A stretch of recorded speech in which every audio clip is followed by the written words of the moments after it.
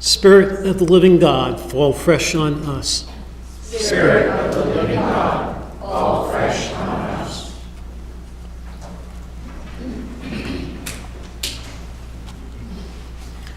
In this gospel this morning, we tend to hang all the responsibility on Thomas for his desire to put his finger in Jesus' wounds before he will believe.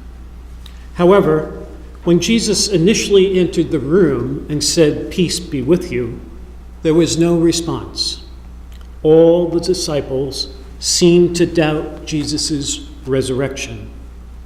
There was a delay in their recognition of the risen Lord and a delay in rejoicing in the power of the resurrection. The shift from a lack of recognition to recognition appears to occur in lightning speed of only a few seconds in the proclaimed gospel. I would discourage us from expecting that the speed of the disciples and Thomas's recognition of the risen Lord is means to set our desired expectation to meet the risen Lord. In my experience, it often takes a lifetime to expand our narrow spiritual visions so that we live ever more frequently with full recognition that we are always in the presence of God. All my classes at Manhattan College in New York began with a few minutes of prayer led by our instructors. The teacher, whoever the teacher was, began every class, no matter the subject. I was an accounting major, every subject as follows: "Let us remember that we are in the holy presence of God." That prayer shaped my young adult life, and since it has deeply shaped my spirituality and my expectations. One reason it is not common to recognize the risen Lord is that our instinct is to associate the presence of God with deep peace and joy. And it is indeed true that the presence of God brings joy and peace. But the presence of God is not limited by the narrow contours of joy and peace. God is fully present in the darkness and in the turbulence of our lives. We too often miss God in the darkness as we anxiously search for the joy or resist, more likely, the uncomfortable walk from the cross to resurrection. As a result, we stay firmly planted, immovable to recognize the risen Lord right in front of us. If only we would slightly turn our head one way to another. Turning our head, though, is a challenge. Even without turning our head, increasing our vision is a challenge. Have you ever had an eye test where you look into this big cone cylinder and the eye doctor places dots, really some sort of laser, shoots the dots across the screen? And the doctor tells you, when you see a dot, press this button. It's a really cool test. Do we see only the dots right in front of us, or do we see the dots far out of our immediate vision? I think this is part of Thomas's problem this morning. In certain jobs, like being a pilot, it's essential to have very strong peripheral vision.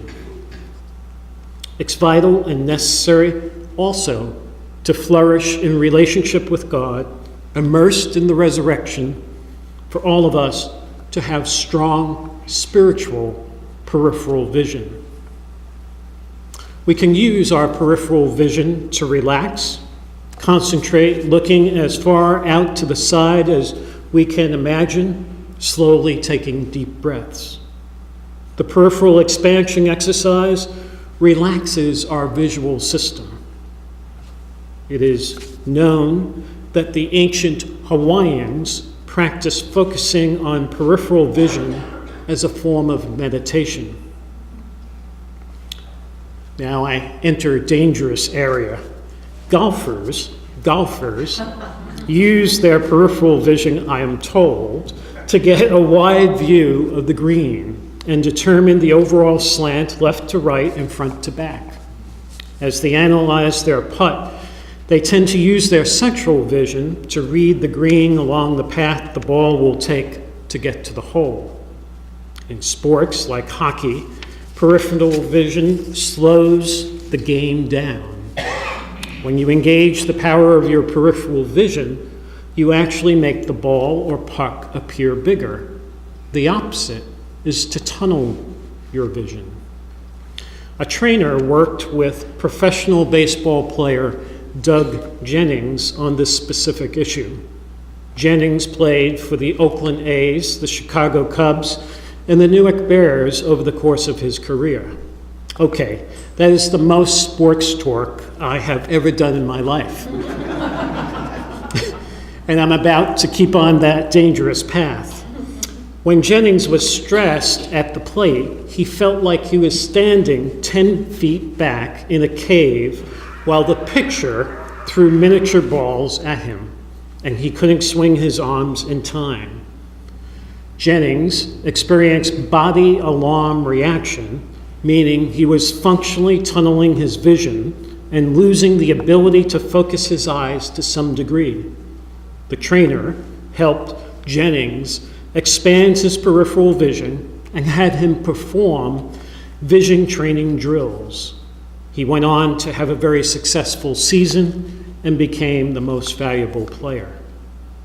The good news is that we also have the ability to expand our spiritual peripheral vision. Our spiritual peripheral vision is malleable and indeed expandable. There are equivalent spiritual vision drills that help us expand our peripheral vision.